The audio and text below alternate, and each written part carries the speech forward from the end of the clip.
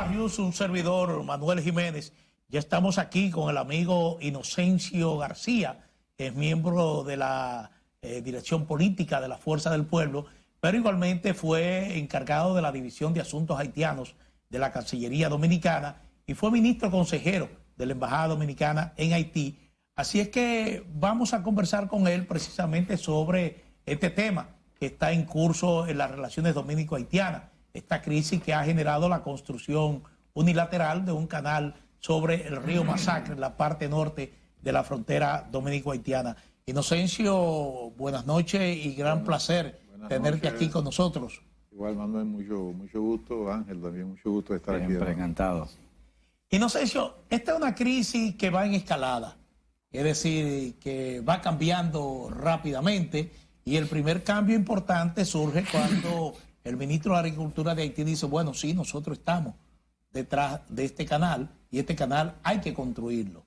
Es decir, ¿cómo llegamos a esta fase que ha generado este conflicto, quizá el más serio en las relaciones dominico-haitianas después de aquella decisión del gobierno de Bosch, por ejemplo, cuando hubo un atentado a la Embajada Dominicana en Puerto Príncipe, pero creo que esta es la crisis más seria que enfrentan los dos países? Sí, yo creo que sí, Manuel. Yo creo que esa comparación es importante hacerla porque yo creo que no habíamos tenido una crisis diplomática bilateral entre Haití y República Dominicana de esta categoría, de esta intensidad, que solamente se puede comparar, aunque por otros motivos, con la incursión de los Tontón Macucs en abril de 1963 en el gobierno del profesor Juan Bosch, a la embajada nuestra, ¿no? Y en aquella ocasión, ¿cómo procedió el profesor Bosch? Bueno, utilizó primero los canales diplomáticos a nivel multilateral. ¿Qué hizo el profesor Bosch? Inmediatamente puso en conocimiento y pidió la reunión del Consejo de Seguridad de la OEA. Y se reunieron los ministros, los cancilleres, y ese Consejo de Seguridad de la OEA efectivamente envió una misión diplomática de la OEA, con alto nivel técnico también, a Haití. Se reunió con François Duvalier, y luego esa misión vino a la República Dominicana y finalmente se le dio la razón a la República Dominicana porque, bueno, se actuó por los procedimientos correctos, ¿no?, que indica las relaciones entre Estados, ¿no?, y el derecho internacional. Entonces nosotros entendemos que de esa misma manera debió proceder este gobierno, precisamente para no llevar a lo que yo he dicho ya en otros programas, Manuel y Ángel, de no poner en la agenda de la crisis geopolítica mundial a la República Dominicana. Ya le hemos puesto. Y digo que debió procederse tal como procedió el profesor Juan Bosch en ese momento, porque resulta que nosotros tenemos demasiada inestabilidad a nivel global. Por un lado tú tienes la guerra Rusia-OTAN, que se escenifica en Ucrania, ¿no? Tiene los golpes de Estado en África, con afectación fundamentalmente para Francia, que es miembro del Consejo de Seguridad, ¿no? Tienes también ahora reciente la cesión ya de Armenia de la región de Nagorno-Karabaj a Kazajistán, y ahí se va a producir lo que los expertos llaman un etnocidio, porque resulta que esa región de Nagorno-Karabaj está compuesta fundamentalmente de armenios. Ese es otro conflicto geopolítico, pero también tú tienes ahí ya desde meses atrás otro conflicto geopolítico que es el de Serbia-Kosovo, ¿no?, que está ahí. Precisamente, la tensión entre China y Taiwán. Y la tensión entre China y Taiwán. Es decir, que tenemos un conjunto de crisis geopolítica que un gobierno, un estadista tiene que tomar en cuenta precisamente para no poner a un país que comparte, como la República Dominicana, que comparte el territorio insular de casi 24 millones de seres humanos, ¿no?, entre los dos países, entre Haití y República Dominicana, y con un Estado del vecino colapsado, ¿no?, con todas las instituciones totalmente destruidas, desguarnecidas, con 200 pandillas, con 5 federaciones de pandillas que dominan las principales 4 rutas nacionales, dominan la ruta número 1, la número 2, la número 3 y la número 8, que ya lo dice la Dirección de Protección Civil de Haití, que dominan el 80% ya de la zona metropolitana de Puerto Príncipe, que inclusive ese gobierno que preside el primer ministro Ariel Henry, es un gobierno de facto, no es un gobierno de jure, porque no está amparado constitucionalmente, lo que gobierna es un pequeño perímetro de la capital Puerto Príncipe, ¿no? Para que veamos que, lamentablemente, sabemos que ha tenido apoyo de muchos sectores aquí en el país, pero nosotros decimos, sin dejar de apoyar que el gobierno, ¿no?, que como le corresponde a todos los gobiernos constitucionalmente, defender la soberanía nacional y defender la integridad territorial, pero que en este caso, si vemos el objeto de la medida extraordinaria, extremas, delicadas, que ha adoptado el gobierno del presidente Luis Abinader y del PRM, bueno, nos damos cuenta que de qué soberanía, de qué peligro de soberanía nacional hablamos, cuando de lo que se trata es de un problema de carácter de violación del derecho internacional que está contenido en el Tratado de 1929, que es el Tratado de Paz, Amistad Perpetua y Arbitraje. Algo así como una tormenta, un vaso de agua. Sí, es como, por ejemplo, que tú, con todo respeto lo digo, que tú utilices un cañón para matar un mosquito.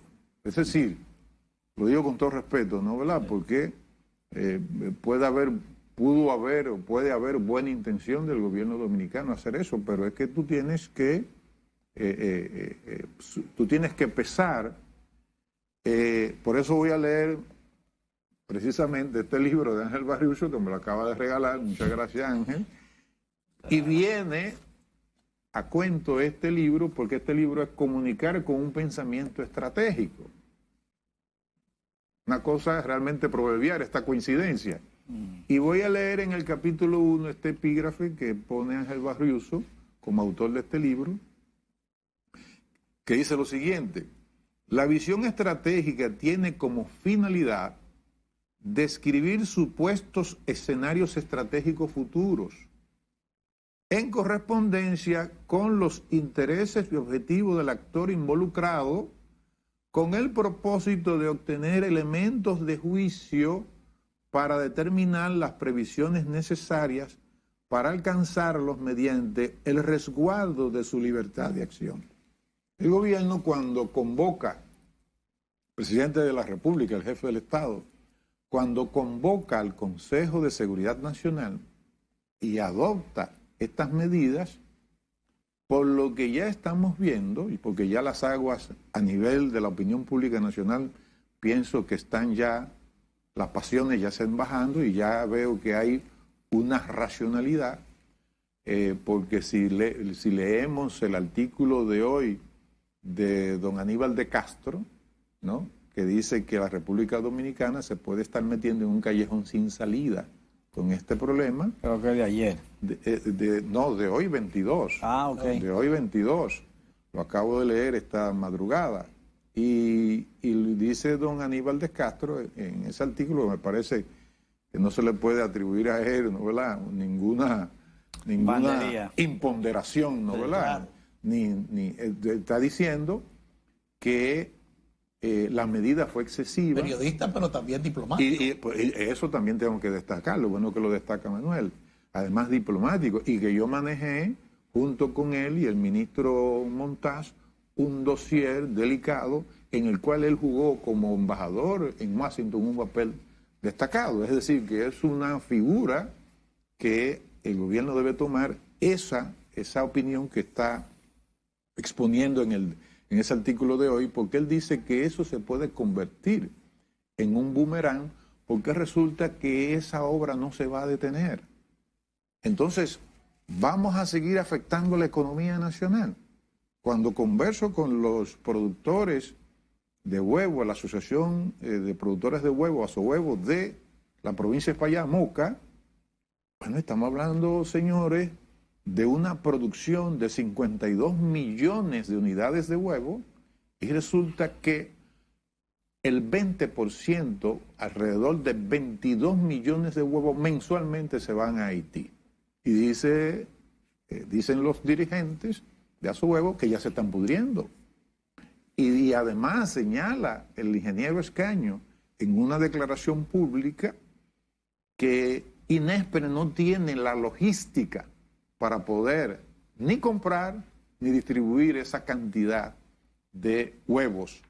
Entonces, estamos ante una situación que también, viéndola Manuel y Ángel desde el plano internacional, muy bien, hay, según las informaciones que yo tengo, mucha probabilidad de que el Consejo de Seguridad de Naciones Unidas realmente adopte la propuesta de resolución que en el día de hoy va a someter Estados Unidos y Ecuador de manera conjunta, que la tiene ya diseñada de hace un tiempo, que hay realmente grandes posibilidades de que se adopte. Ahora bien, para que veamos que cómo nosotros desde acá, desde el gobierno dominicano, tiene que bajarle el tono a sus declaraciones y debe poner atención al realismo que tenemos, la realidad que tenemos por delante.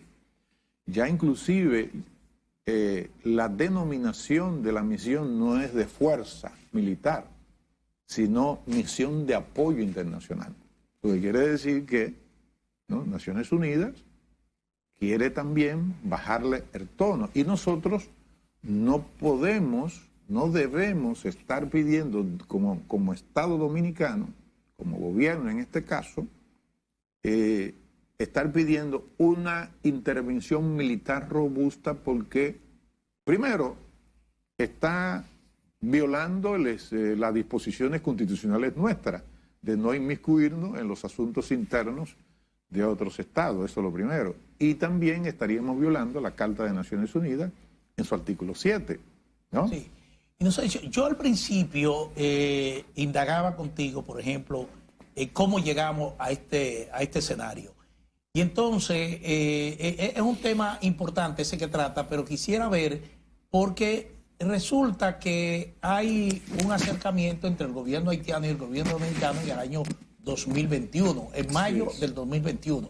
Se produce ese acercamiento precisamente para la construcción de este canal. ¿Qué pasó en ese interregno? Porque del 2021 al 2023 transcurre un tiempo importante, claro, y lo que uno observa ya el nivel de construcción de ese canal es que ese canal nunca se detuvo, pero no se nota que en ese interregno tampoco hubo una presión o un protagonismo importante por parte del gobierno dominicano para que se detuviera la obra. Esto surge ya al final de la construcción del canal. Sí, ha habido de parte del gobierno dominicano inconsistencia diplomática. Yo aprendí en las negociaciones con los vecinos haitianos que el principio de negociación de los vecinos haitianos con la República Dominicana es dar mucho de palabra y poco de obra. Ellos lo dicen en patuá de una manera muy... ¿no? Sí, entonces lo que quiere decir que, bueno, yo me voy a la mesa de negociación, pero su estrategia es de darle largas al asunto. Y si vemos, se reúne, el gobierno ha publicado una cronología, y en la cronología, empezando del 21 de abril del 2021, estamos hablando de más de 2 años y medio, ¿no? Ya, lo que luego hay una reunión de la Comisión Mixta Bilateral en mayo, y Y a pesar de que tenemos un antecedente de que el gobierno anterior del presidente Danilo Medina rechazó la construcción de la obra, siempre en las reuniones la rechazaba, bueno, pues el gobierno del presidente Luis Abinader no tomó en cuenta ese antecedente, hizo reparaciones, hay que decirlo, en esa cronología, pero lo que a uno le llama la atención que después de hacer esas reparaciones, admite, da aquiescencia, lamentablemente, el 27 de mayo del 2021, un mes después de haberle dicho que no, le da aquiescencia en la declaración conjunta entre las dos comitivas, en el marco de la Comisión Mixta Bilateral, y eso está en el párrafo número 3, que es el de reconocimiento de que esa obra está ahí, no estamos, eso lo conoce todo el mundo, ya la opinión pública, de que esa obra compran la versión amañada, lamentablemente, del gobierno haitiano, y dice que aceptan que esa obra no va a afectar a la República Dominicana. Y luego entonces se arma toda esta situación que ya conocemos, que es la medida del cierre de frontera de manera drástica por aire, mar y tierra, ¿no? Y que repetimos, lamentablemente, esa medida, como estamos viendo, no va a conseguir los objetivos que se ha propuesto, que es separar ese canal. Y además creo que hay otro error. El gobierno dominicano, inclusive, y uno siempre lo lamenta, por boca del presidente Luis Abinader, compra la versión del gobierno haitiano de que no están detrás de la obra. Y ya vemos que sí están detrás de la obra, ¿no? Aunque sea en un momento por omisión, pero ahora ya son... Bueno, ese hecho lo señala incluso el presidente en su discurso en Naciones Unidas. Claro. Todavía habla de incontrolables que están detrás Entonces de la obra. no es un tema de incontrolable, pero hay otra cosa, Manuel. Cuando tú tomas la decisión, algo más grave, una inobservancia, cuando tú tomas en cuenta, es decir, cuando tú tomas la decisión de esta naturaleza que ya estamos comentando, que es el cierre de frontera, con estas características, con relación al objetivo, que es el cierre del canal, bueno, pues tú tienes que pensar que tu objetivo, tú te estás dirigiendo a actores que no son sujetos de derecho internacional, porque son entes privados, en prima facie, ¿no? En primer lugar. Ahora sí estamos hablando de que hay un sujeto de derecho internacional porque ya el gobierno haitiano asume la responsabilidad. Ahora sí, en esta etapa. Pero en ese primer momento en que el presidente habla de incontrolables, esos individuos no son sujetos de derecho internacional porque esa obra la están haciendo entidades privadas, ¿no? Con la irresponsabilidad de limpiarse la mano en un primer momento como Pilato de ese gobierno de facto encabezado por el primer ministro Ariel Henry. Entonces, ¿qué nos indica eso? Que nosotros hemos tenido con inconsistencia, ¿no?, de seguimiento.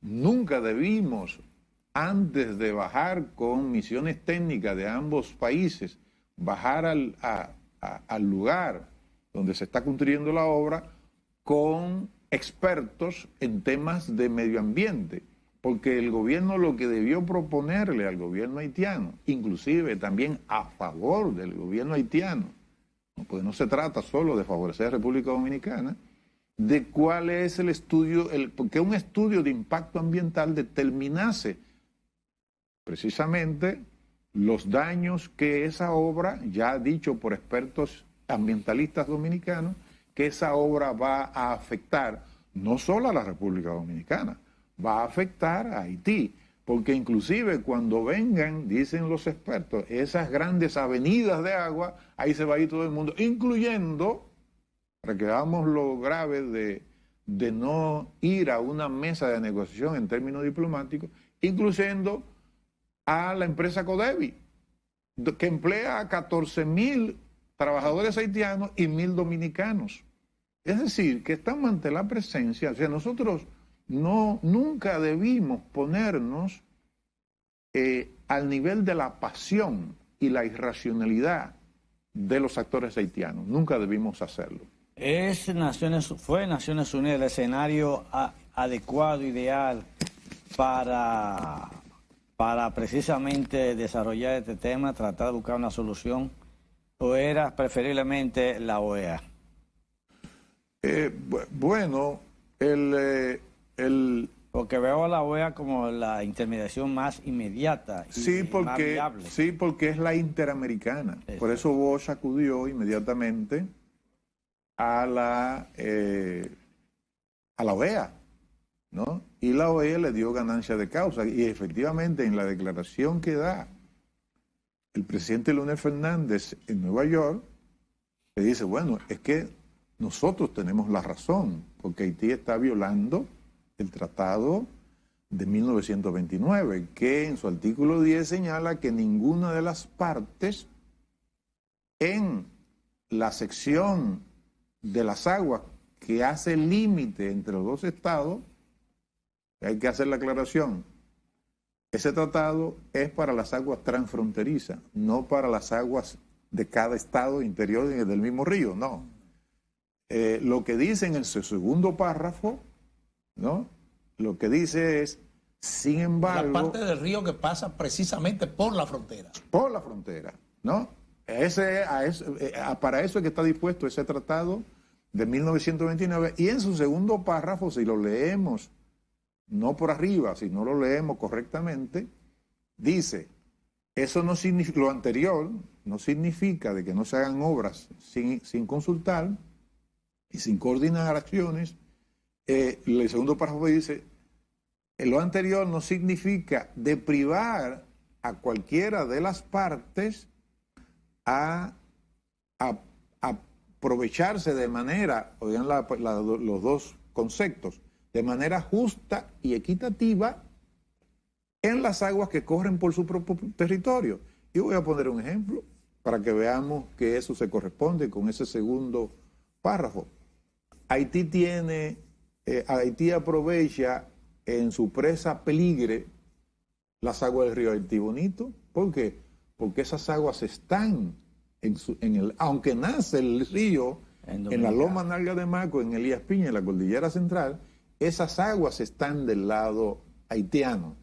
Entonces, que cuando se señala que la República Dominicana tiene que tanto número de tomas de este lado, bueno, pero es que están en el lado dominicano. De lo que trata el segundo párrafo es de que las mismas, de lado y lado, cuando no son limítrofes, sino que están en mi territorio, tú no le puedes prohibir a nadie que haga obras en tu territorio. Lo que acordaron los dos estados en ese artículo 10, en 1929, es que se exploten de manera justa y equitativa. Ahora bien, nosotros tenemos que dejar aquí, Manuel, el mensaje de que la única solución es la diplomática, ¿no? Es la diplomática, hay que sentar en la mesa de negociación. Al gobierno dominicano le conviene que, por ejemplo, la OEA designe, como lo señala don Aníbal de Castro en ese artículo, que designe una harta comisión de expertos, ¿no? Que estén inclusive los dos países, porque ¿qué es lo que va a surgir de esa comisión de expertos en materia medioambiental e hidrológica? Que esa cuenca está altamente degradada, fundamentalmente del lado haitiano, y que en vez de beneficio, lo que va a hacer es perjudicial para ambos países, e inclusive eso que buscan esos entes privados haitianos ya ahora con el apoyo del gobierno haitiano, lo están haciendo de una manera irracional, porque resulta que primero van a afectar esos 14.000 empleos de la empresa de Zona Franca Codevi, que lo beneficia a ellos, ¿no? Porque eso se inundaría. Y además también arrasaría toda esa producción del lado nuestro, que estamos hablando de 29.000 tareas de arroz, ¿no? Más plátano, yuca, y lo mismo, de menor cuantía, del lado haitiano en esa comuna que se llama Maribarux, que es en la zona donde se está haciendo en un distrito que se llama Yusac, que es donde se está haciendo esa obra. Sí. No sé, tú hablabas de que se ha cambiado ya la denominación de esta intervención o esta fuerza internacional en Haití. En vez de militar, a misión de apoyo. A misión de apoyo. Ahora bien, vamos a suponer que se apruebe esta intervención, esta presencia de esta misión internacional. ¿Cuál sería su papel? Porque no se puede pensar en un restablecimiento de la seguridad, la paz en Haití, generar las condiciones para que haya un gobierno realmente democrático sin enfrentar esas bandas. Bueno, la misión que se ha propuesto Kenia y que ya está teniendo un apoyo, porque es muy probable que por informaciones que uno recibe de Naciones Unidas, esa misión es probable, esa resolución del Consejo de Seguridad, muy probable que apruebe esa misión. No, ya le cambiaron, repito, la denominación. Ya se está diciendo misión de apoyo, ¿no? Que es como debe ser. Es una tarea compleja porque de lo que se trata es de lo siguiente. De lo que se trata es de utilizar el instrumento de Naciones Unidas que es la DDR, que es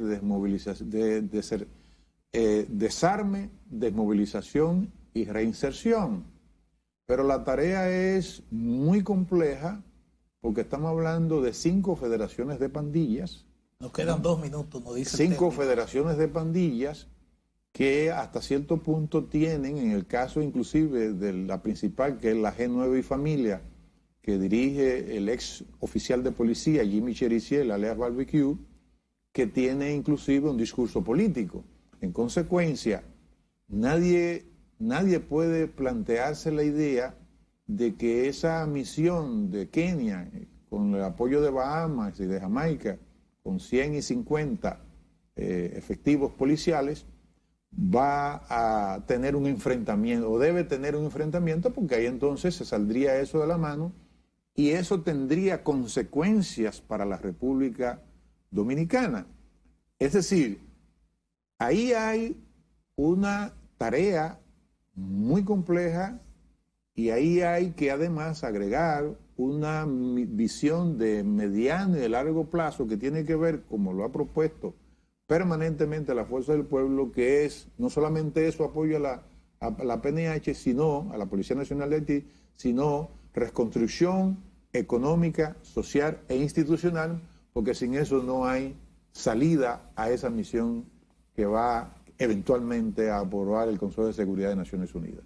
Bueno, Inocencio García, muchísimas gracias por esta interesante entrevista, bueno, más bien conversación con don Inocencio García, que, bueno, ya ha demostrado que conoce bastante bien en términos reales lo que es la relación dominico-haitiana, pero también en el aspecto diplomático. Así que gracias de nuevo, Inocencio, por esta oportunidad que nos da de compartir contigo este tema tan espinoso. Bueno, a ustedes, como siempre, Ángel Barrios, un servidor, Manuel Jiménez, también agradecido de su sintonía. Recordarles que estamos aquí en RNN, Canal 27, de lunes a viernes, de 7 a 8 de la noche. Así que les deseamos buen fin de semana.